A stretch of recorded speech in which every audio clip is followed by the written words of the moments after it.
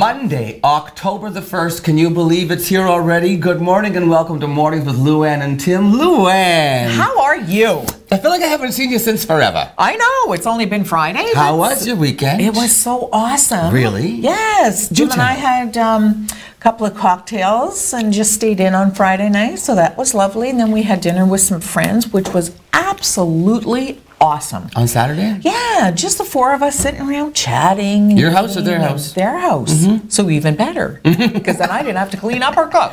Right. So yeah, so it was awesome. Yeah, What about Sunday? time. There's another day. You know what? I did the whole fall shift. From summer to fall. I put all my flip-flops away, all my sandals and stuff. The shoes came out, the boots came out. You are wearing shoes. Yes, yes, for a change. I'm wearing shoes. Yeah. No socks yet, though. I'm not doing it. No. All right?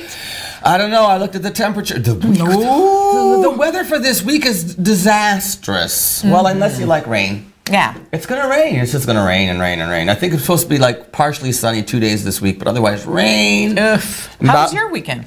Because you had a gig. Friday, same as you. We relaxed at home Friday. Well, actually, you know what? Friday we did a lot of work. Keith is cleaning out the shed, the downstairs of the pool house, and I'm cleaning out the basement workroom. And it's a lot of rearranging. But anyway. Well, plus you just throw stuff in there. But right? Like yeah, you do. It piles up. I don't know what to do with this. Here, put it And there. then Saturday morning we got up and we went to St. Vincent Place because I'd had Sarah McCleary on the show and I promised on air that I would volunteer to drive around the city and pick up the blue boxes that were full of food for their food drive. Awesome. But we didn't get there till 20 after 10 and we were supposed to be there at 10. Well, Keith took responsibility. He said I had to have a shower. So we got there and we walked into St. Vincent Place like, hi, Sarah, are there still roots? And she said, well, go down to the big room and see. And everybody had already claimed a root. Oh. They had that many people. Isn't that good, though? That's So awesome. then they said, but you can come back and help sort.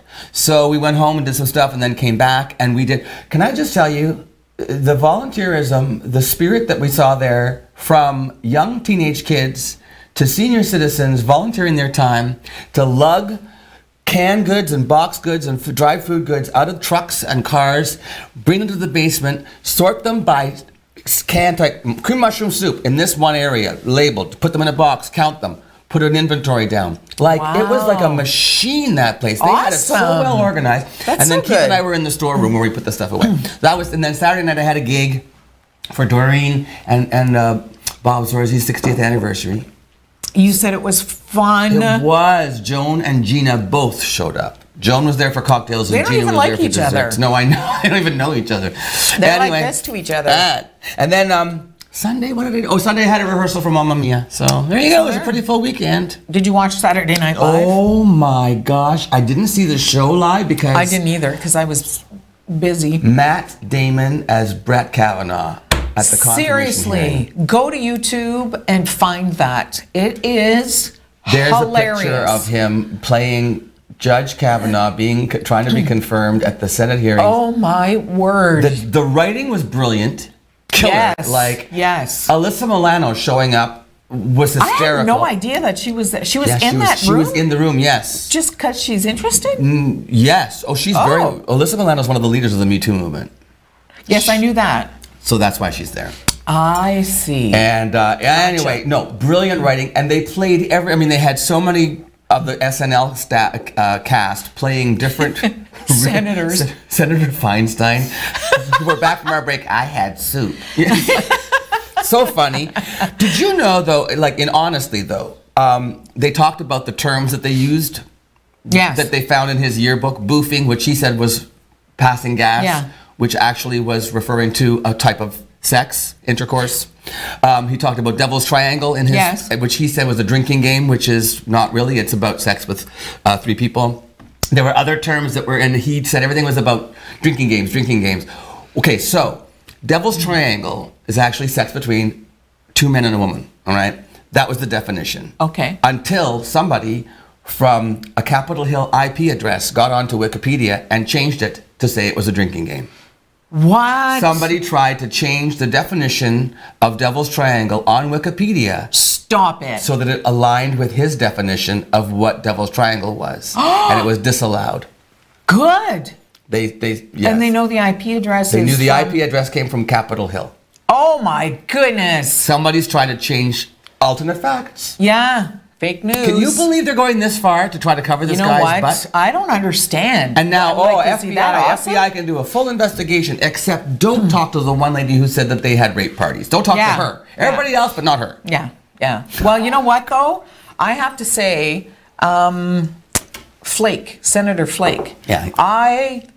You know what? Just Flake. Holy cow. He did some work. He worked hard on Friday. Boy, oh boy, he just crossed the floor and asked to talk to his buddy who's a Democrat, and we got to do something. This is separating our the country apart. Yeah, And, so good for him. Well, and then he made them realize there's 4 of us who are on the fence, Yeah. and you need all 4 of us. So if you don't let us go ahead with this investigation, we're not guaranteeing to pass this guy through. They're not going to toe the party line just because. Trump and Trudeau now, what's going on with that? NAFTA. I don't know what's going to. We don't know the real results. No, we don't know. Well, it happened like the deadline was midnight, and from what I understand, it was like 3 minutes to midnight, or 10 minutes to like. We know some stuff. Like we don't know what the numbers are, but we don't know exactly what the numbers are. There was this one big Canadian issue, the dairy. That's been dealt. Well, it's all been dealt with. Because I guess the issue is what we regulate our dairy properly in our country, so we do not have an overabundance of dairy products. The U.S. doesn't have the same regulation. Their market is flooded, and that's why they want to export their dairy to us. Right. We don't need their dairy because we're regulated. That bugs them. Yes. So they want us to take more of their dairy and lower the tariffs 300%. Yeah. They want us to lower our tariffs. Well, I don't know that we lowered our tariffs, but what they did do was they got rid of one entire class of dairy product, class 7. That comes from like a dairy byproduct. For instance, the powder you use for skim milk, right? Or the powder you use for whole milk, the powder in protein drinks, the dairy powder. That. Speaking of drinks, Luann. Oh my word! Did you? I just spit that out all over the place. What happened? I know you were going to do a moose call. Anyway.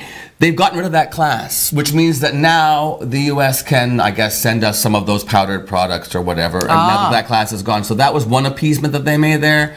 So if you use protein products, the chances are the prices might go up a little bit. And they're expensive enough already. But then, as far as we don't know about the actual like dairy, what the tariff is going to be. That Chapter 19 was a big one. I'm sorry. Yes. Americans did not want Chapter 19. That means it's a negotiating thing. So if there's a dispute between the U.S. and Canada about trade stuff, Chapter 19 says we go to another body. Yes. And the U.S. They did not we don't want that. some other country telling us what's right and what's wrong. You don't bust the U.S. They did not win on that one. No, we held Chapter 19. That's so awesome. Yes. So. And we're going to talk about what we know so far on the news coming up in the show as well. Yes. You know what? Today's National Podcast Day. Really? Yeah. Do you know anybody who podcasts? Jan Arden. And she's funny. Jan Arden and one of the ladies from the Shark Tank. Marlene. No, not Marlene? I don't know. I forget which one. But Jan Arden, for a musician, she's darn funny. She's hilarious. I mean, I guess you can't just call her. She's a performer, well-rounded performer. Yes. I think she isn't. Did she write a book too? She may have. Her mother has dementia. Yes. She posts often about dementia. Talks about that a lot. She's very sad about that. I think you and I should do a podcast. What would we talk Isn't this about? basically what we do anyway? I didn't even know. Kinda, sorta. I think we do a podcast. We do a podcast with guests. With visuals. Speaking of which, 2 guests today as usual. The Createch Group. They are new to Sault Ste. Marie. They're actually hiring right now, so tune in if you're looking for work. Basically, the Createch Group is an efficiency optimization company using software solutions. So that's our first guest on the show. And then Barb Harrison, a friend of mine who owns a dress shop called Minerva. It's vintage clothing. She was involved this past weekend in the Clothing Collective for cardiac care at the hospital fundraiser. And she's reopened her store. She closed it for a while. She's back in town again. Well, not back in town. Back to work at Minerva. We're going to talk to Barb about all the philanthropic work she's done with going to Africa and all this amazing stuff. So. Good for her. You know what, too? Today marks an anniversary. That's not a nice one. The Las Vegas shooting, a year ago today. 800 people were injured. 800 people were injured, and 58 passed away. 58 were killed. Yeah. That's a year ago. Does it feel longer? I don't know, right? To me, it feels longer. It feels like it's been longer than that. So much has happened. So, since then, right? And so much more gun violence has happened. I told you I watched that movie last night, Winchester. Yes. It's all about this woman who owns 50% of the Winchester Rifle Company and the guilt that she feels the spirits come to her. Helen Mirren. Check it out. I love Helen Mirren. Yes, she's a brilliant actress. She's also aging fabulously. Yes. So, Kanye West, too. What about him? Saturday Night Live. Let's go back to that, because it was so funny. It was so hilarious. Well, why was he dressed like a Perrier bottle? Well, sparkling. The audience was kind of like, did anybody, like, I saw a clip of it. Yeah, and his buddy was dressed as another bottle of sparkling water. Yeah. So he was the musical guest, but apparently, as he was going to commercial break, he kind of went on a rant supporting President Trump. Wearing what looked like a Make America Great Again hat. Yes, and the audience booed him, apparently. We didn't see it because it wasn't televised. It is a live show, but it was during the... Chris Rock got it. Comedian Chris Rock. Yes. He got it. He actually posted it on his Instagram account, so you can actually see Kanye's rant on Chris Rock's Instagram account. I don't know if I even want to. You know what? It's just, he's like, I'm a black man in America, and you know, we need to come together and greatness. And he talks about Trump and stuff, and we need to be divided. I don't know. Somebody said, you know what? If the guy actually read a book and learned some history and actually had some facts, then maybe I could listen to him. But to listen to a man with no political education, no sense of history, just rapping off because he's got a mouth. And don't forget to buy my $400 running shoes. Right. Because you know what? We all have to get along, and we all have to share, and we all have to agree with each other. But here's my $400 running shoes. Please buy those. Well, we're going to get along, and we're going to share some good No, we're not. Yes, we are. Shush. Okay. We're going to get along. And we're gonna. there's a Kavanaugh face right there. We'll be back with more Mornings with Lou Ann and Tim, and my interview with Createch that was in the studio last week. Stay tuned right after this. Don't worry, be happy. Don't worry, be happy.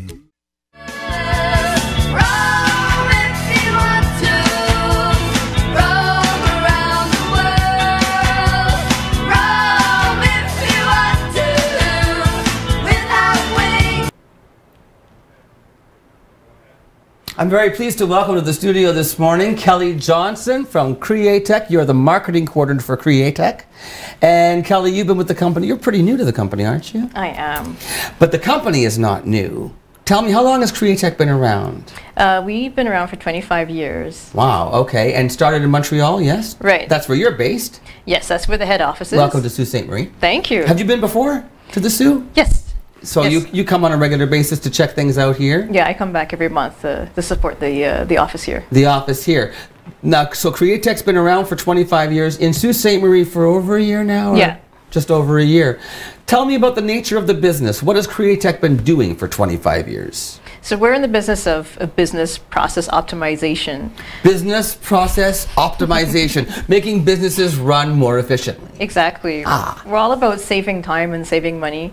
For any size business, it could be a small, like you said, mom and pop business, or all the way up to a giant manufacturing floor. No kidding. So let's say, now we talked about this a little bit off camera, the fact that Sault Ste. Marie for many years was kind of a two-horse town. We had the steel mill and we had the paper mill, and we've learned as a city that we can't put all our eggs in one basket. We really have to be nurturing these young businesses, these smaller businesses, and certainly in the IT sector, where it doesn't matter where you live, where you're located in the world nowadays, you can have an effective and successful business because of technology, modern technology. And you work very much in that area, don't you? Exactly. And even some of the services that Createch offers here, our onboarding services, can be done remotely. It means that we could be working with a company in Calgary, and we can support them from here. Right.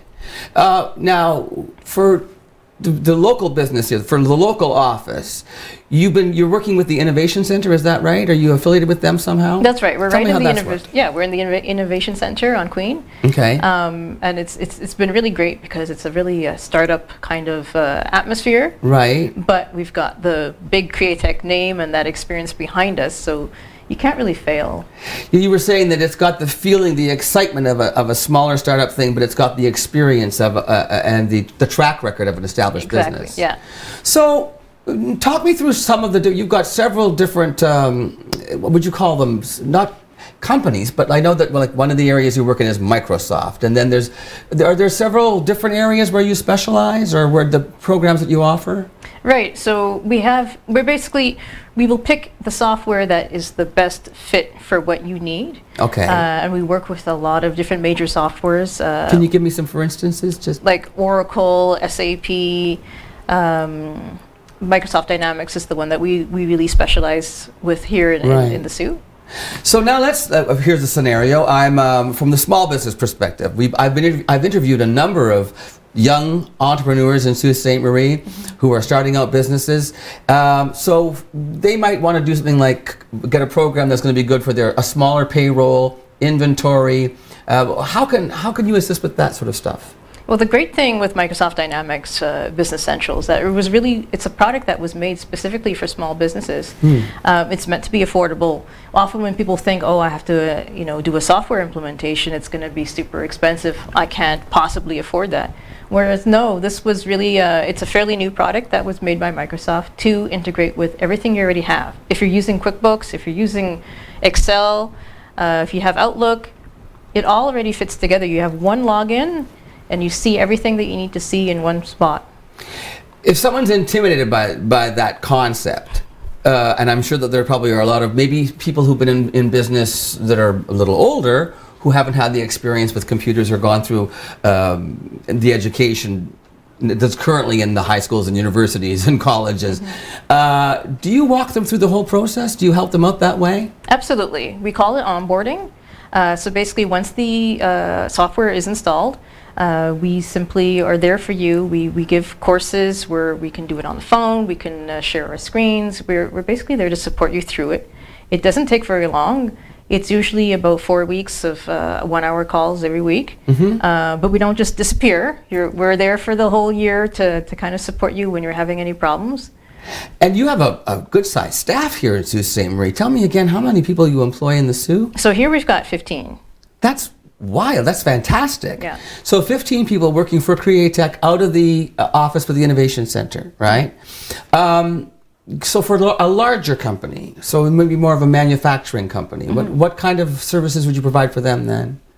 Well, we also we have a development team here. Okay. And we create custom extensions. If there's something that they're looking for specifically that's not already out there, we've already created 6 custom extensions that will help the manufacturing industry to simplify everything from invoicing, purchase orders, quotes. Wow. Yeah.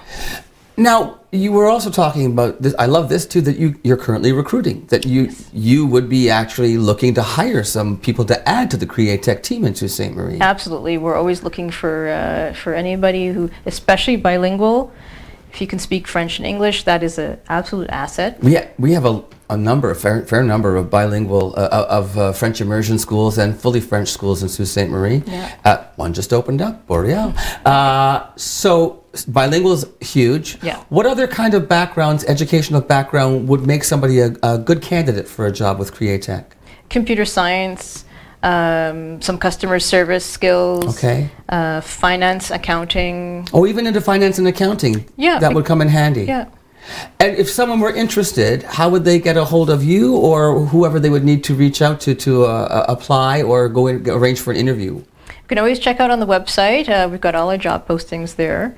It's thecreatechgroup.com. And it's CREATECH. Right. Createchgroup.com. Right. All right. Ages for potential employees. We've got people right out of university. We still have people who are still taking their courses part-time and working for us. So really, wow. There's not too many, there's not too many limits. If you're willing to get into it, then for sure. So, would somebody be able to go down to the office in person to see anybody or make an appointment in person or just go online? I would say go online first. Online. Okay. Yeah, and then room for expansion and moving up and maybe moving out too. Tell me a little bit about the possibilities if someone were to get a job with Createch. What could that lead to for them? Well, since this is such a startup-y atmosphere. There's always room to grow. There's always room to add your contributions and bring in your experience. And for sure, there's the other offices, which are in Ottawa, Hamilton, Mississauga, and Montreal and Quebec City. So I mean, there you go. So far, we're just growing and growing. So there's lots of potential.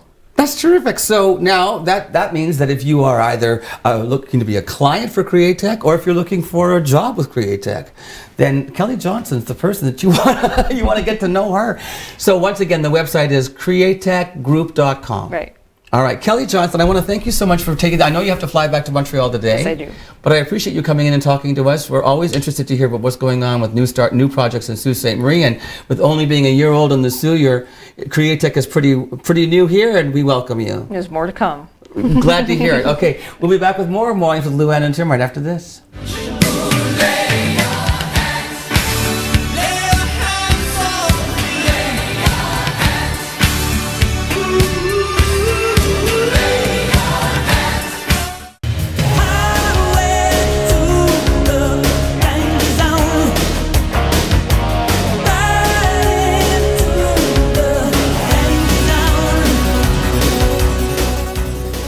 And welcome back to Mornings on TV with Luann and Tim. And that was a really interesting conversation you had with Createch. Well, we just know it's nice to know that there's jobs for us out there if this doesn't work. Yeah.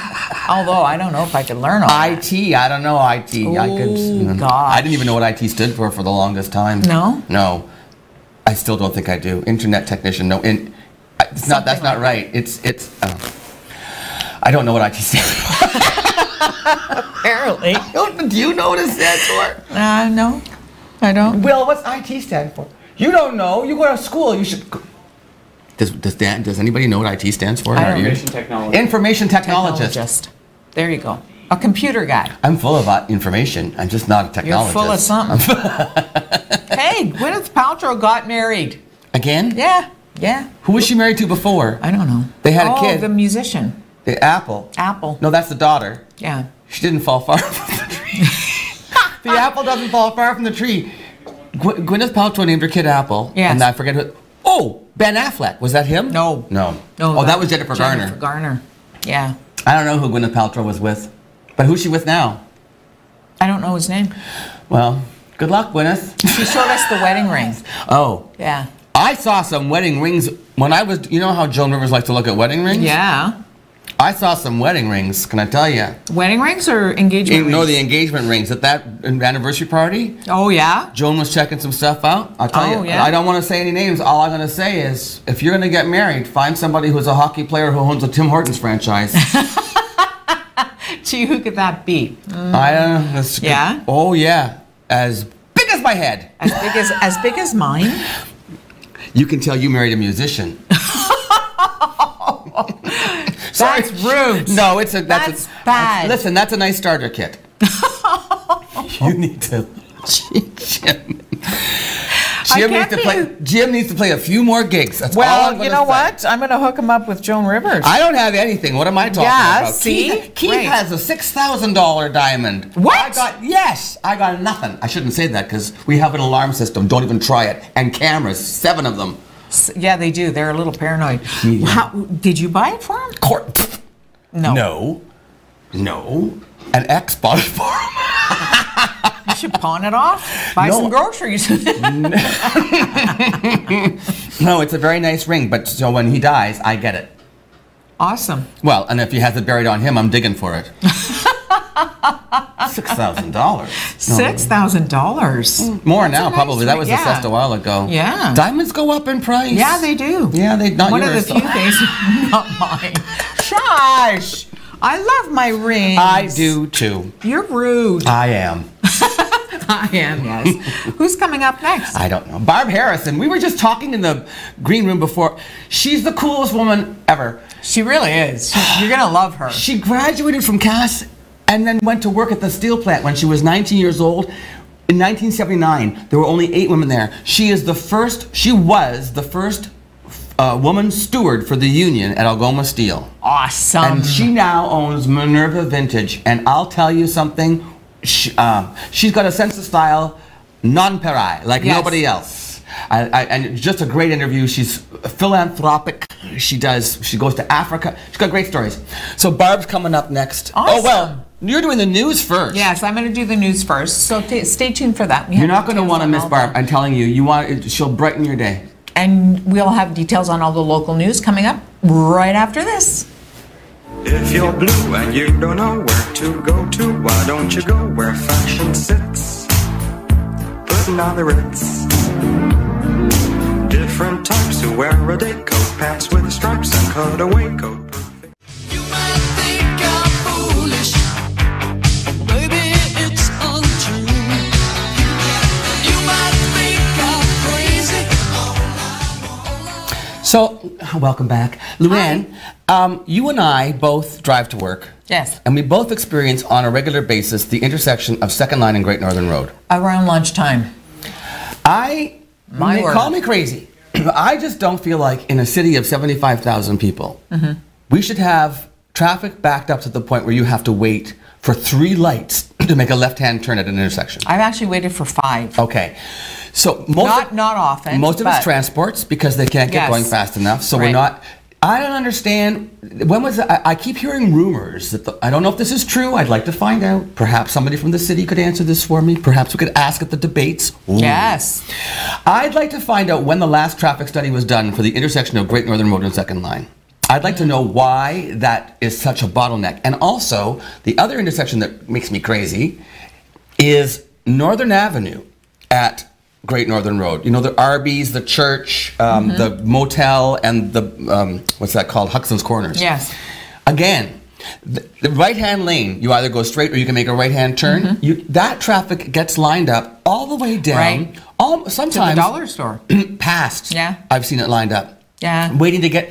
Something's wrong. Well, you know what? At that intersection, you can't go wider because you're into the motel property. Right. So, I don't know. I just feel like they're talking about Bay Street and all this stuff down on Queen Street, one-way, two-way, Bay Street. I think we've got more important issues when it comes to our roadways than... Well, at least as important, right? Okay, yes. Right? I guess it depends where you live and where you drive. Well, that's the thing. And then you get people like Andre Riopel, who he makes the point, we're supposed to be reducing the amount of traffic, not trying to accommodate for more traffic. We need to find better ways for transportation. There's so many sides to the story, but we do have some of the worst drivers as well. Boy, and you know what? It's interesting because in talking to some of the candidates for the upcoming municipal election, those are definite issues. There are people who are concerned and upset about traffic and where they feel like for their children's safety, street lights should go up.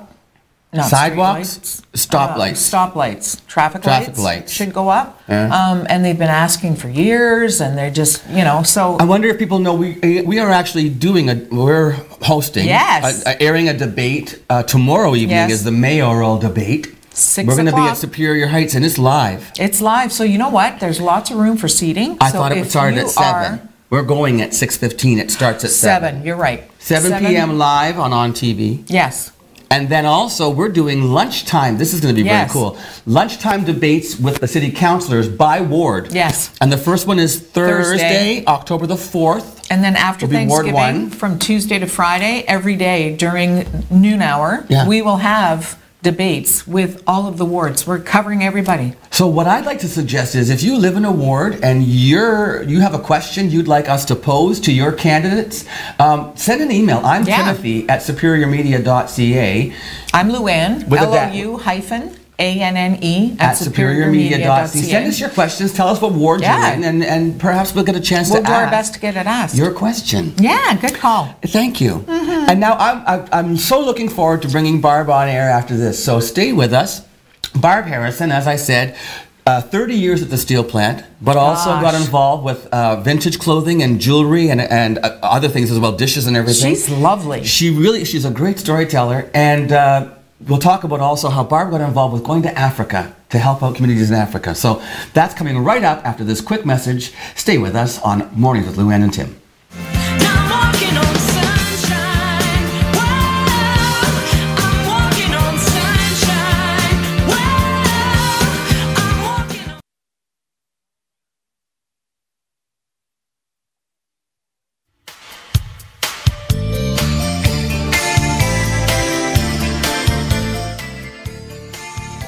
Went off.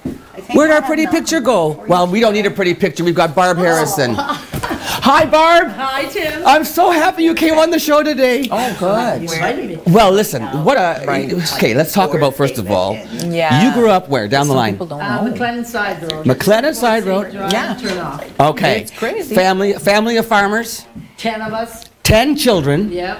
and then you said grandmother's farm is still there. Yes, my youngest brother still lives on, it's over 100 years that farm's been in our family. Phenomenal. Yeah. So then you said 10 kids, you finish high school, you finish CAS, grade 12, you're like, oh, university is a lot of money, right, Barb? Yeah. So you were thinking, I'm going to go to work. Yeah. Steel plant, Yes. 1979? Yes. So tell me, how many women were there when you got there in what did you say, January of 1979? Yeah, there's about, Hey, is that your store? that's my store. Come on! Thanks, Michael. Yeah. Okay. There was about maybe 10 women had started there in the summer, in June, and it was at that time the government had the program where you hired women, minorities, and disabled, right? So we went in under that guise. Wow. Yeah. You were the first female union steward. Yes.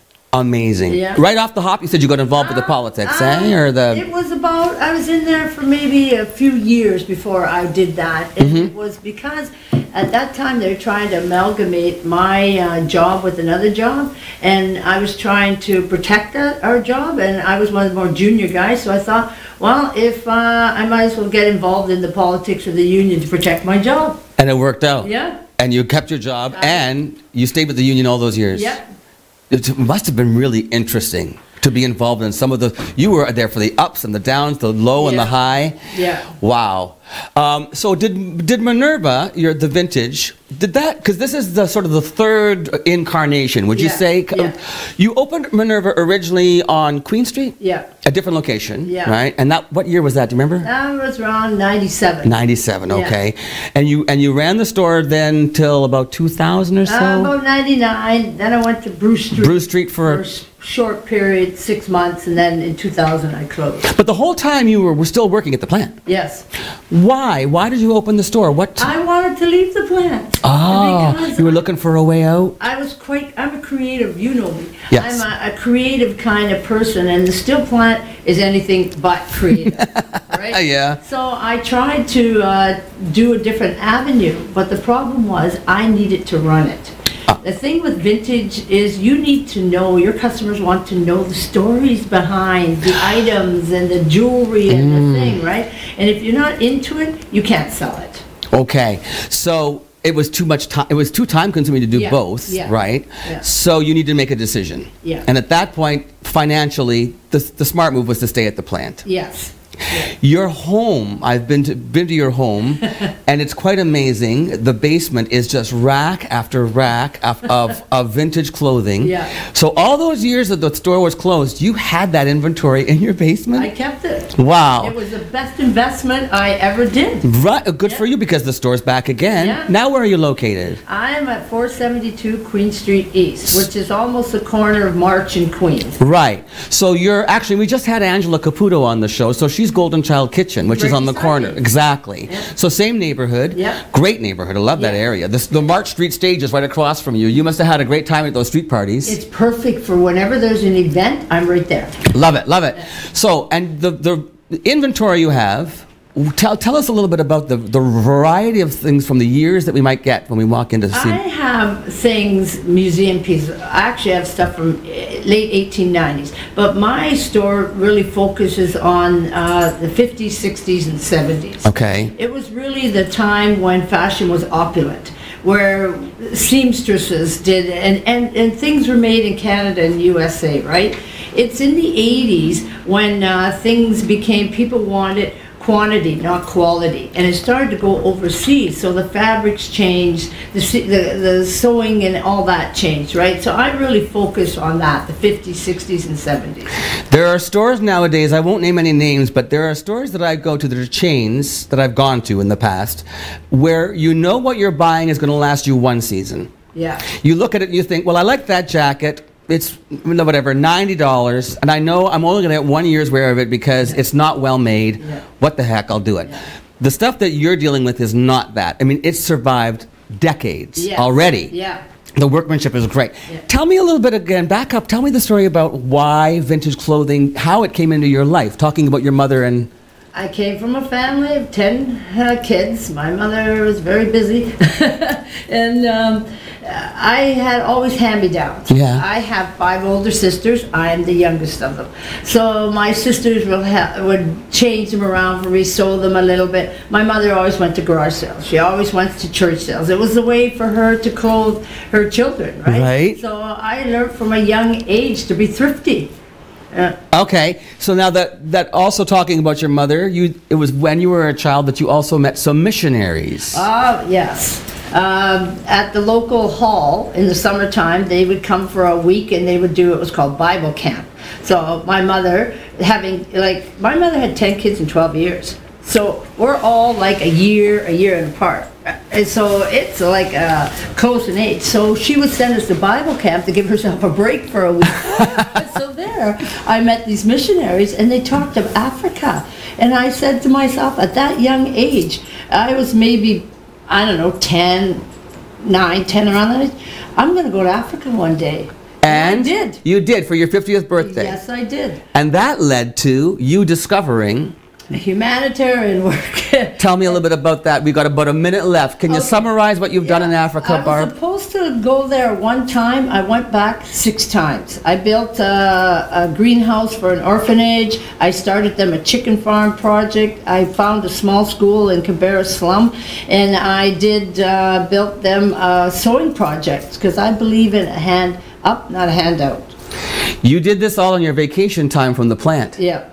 Amazing. Yeah. Clothing, you would bring clothing over. Yeah. Tell me a little bit, just before we go, tell me a little bit about the clothing aspect, about how the garbage is being dumped in Africa. Well, Kenya is having a big trouble over there because we're taking so much of our leftover clothing garbage there. Mm-hmm. They had over 500,000 people working in the garment industry. Now they have 50,000 because we're flooding them with our clothing. We think we're sending it to charities to give it to them there free. No, it's being sold on the black market. And some of it's being burnt because they have no use for polyester and party dresses. Yeah, and it's garbage. And it's too big for them. Right. Because we're so much larger than they are. So we're going to help stop filling landfills and sending stuff that we don't, that we're going to repurpose our clothing. Yes. And the outfit you're wearing is a perfect example. Vintage 1970s. Yes. The men's boots, 1940s, pristine condition. The jewelry, come on, look at the bling. Barb, I'm telling you, Luann, this is what you need to get, my darling. Jim, take a look at these babies. Listen, Barb, we're out of time. Okay. We're all going to go down to Minerva because also your first anniversary is October the 6th this week, you guys. Yeah. What a great reason to go down and celebrate with Barb Harrison at Minerva Vintage on Queen Street just before March. We'll be back to say goodbye with Luann right after this.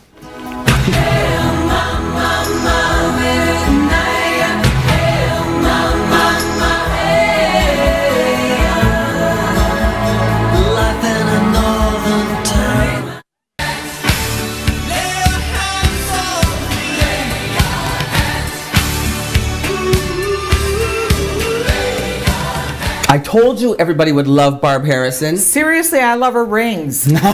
She's nice, but the rings, oh my word, the She rings said she had shoes for me. She says she had size Really? men's, 8 men's shoe, and she said they had the wooden block still inside to keep the shape of them. No I'm heading down there. kidding. I'm getting down there before the birthday party too, so I can Oh, get I them. bet she's got lots of great stuff. We should She go. looks fabulous I too. know, I know. So she just, and you know what? If you have a different kind of sense of style, what an awesome place. It must be so fun to go and just rummage through places Will like and I, that. the cameraman, we're going to go down together and check out some stuff. All right, shoes. Shoes for Will and Tim. There you go. Thank you all for watching us this morning. We really appreciate watching Mornings on Luann, with Luann and Tim on TV.